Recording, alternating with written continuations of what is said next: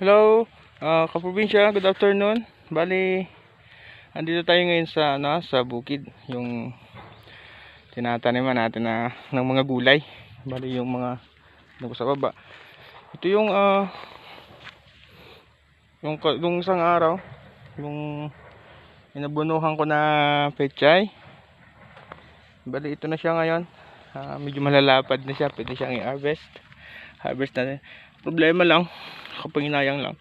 Kasi ito guys, meron na siyang nabubulok na pechay. Gawa ng panahon dito ngayon. Panahon kasi dito ngayon guys is siya? Uulan, init. Gawa ng itong ang pechay na tanim ko. Inano ko siya, inabunuhan ko siya. Tapos nasira ng ng ulan saka init. So pero pwede naman siyang bawasan na. Harvest ko na lang sa isang araw. Kasi malalapad naman siya, malalaki na. Tulad dito guys, ganito. Yung mga niya, yung dahon niya malalapad na, malinis, saka quality na yung niya.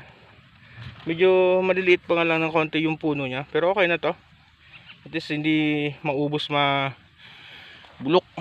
Kasi bali nabubulok na yung iba nito. Na magiging sayang na naman to. Ito po guys, mataas siya. Itong pechay na tanim ko. Ito. Inabunuhan ko na ito ng isa. Tapos ngayon, ko na. Sa isang araw, harvest ko na to. Gawa ito. Ito po sana, katulad dito, malaki na siya. Pwede siyang i-harvest. Ayan. Nabubulok na.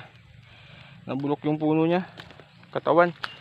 Tinatanggal na natin yung yung nabubulok na pechay kasi para hindi na maka-apekto sa ibang puno na mga okay pa. Kaya isang araw harvest ko na to pag hindi na masyadong ganito ng panahon kasi umuulan, iinit. Hindi mo naman ito ma-harvest ng basa, dapat dito tuyo para hindi mabulok sa linalagyan namin katulad ng plastic yung runner na nalagyan namin dito. Kasi pag basa to guys, kakahiya naman dun sa bumibili ng gulay na tanim natin, baka hindi na bumili kasi gawa nga ng ngayang gadalan mo ng ganito tapos basang pechay, malulusaw siya, may puhunan naman siya. Kaya kakaawa naman. Kaya gagawin ko nito, papatuyuin ko muna siya. Siguro ko sa isang araw maano na siya, parang ang matuyo na, hindi masyadong ganito yung panahon. Pag uminit, maganda yung init, i-harvest ko na. Baka abutin ito mga 5 bag, mga 50 kilos, ganyan. 4 or 5 bag lang naman to. Kasi gawa nang hindi naman to uubusin. Yung ganito kaliliit, hindi ko naman isasama. Yung malalaki lang para may kasama rin yung maliit na nahuli na itinanim. So ayan guys, susunod na araw na lang tayo mag-video na lang ulit ako ng pag-harvest ng tanim kong ito nga pechay. Yan, may mga bulok na. Sayang.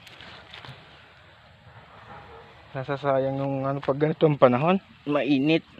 Tapos biglang uulan. Yung singaw ng lupa kasi, yun ang nakakaano dito. Ayan. So, sa isang araw na lang po, mag-harvest natin ito. Bibidyo na lang natin para makakita natin kung makakailan. Tapos kung baka tumaas-taas na yung presyo nito kasi di tayo updated kung magkano na ang presyo naman ng pechay ngayon. Yan. Bali sa isang araw ko na lang to kasi yung panahon kasi yan, umiinit na naman po ngayon. Pag kasi pag lumabas yung init, sobrang init, malingsangan siya. Tapos maya-maya na naman uulan. Kaya ganyan yung nangyayari sa sa pechay pag ganito yung panahon. sa kapanginayang lang. Yung iba tulad nito nabubulok na, wala na. Tapos na meron pa tayong maani kahit konti, anihin natin kasi sayang naman. So okay guys, so hanggang dito na muna yung video ko. So update lang yung pichay natin na tanim, yung inabunuhan isang araw. So bali stop ko na muna yung video natin. Okay kaprobinsya, bye bye na muna probinsya.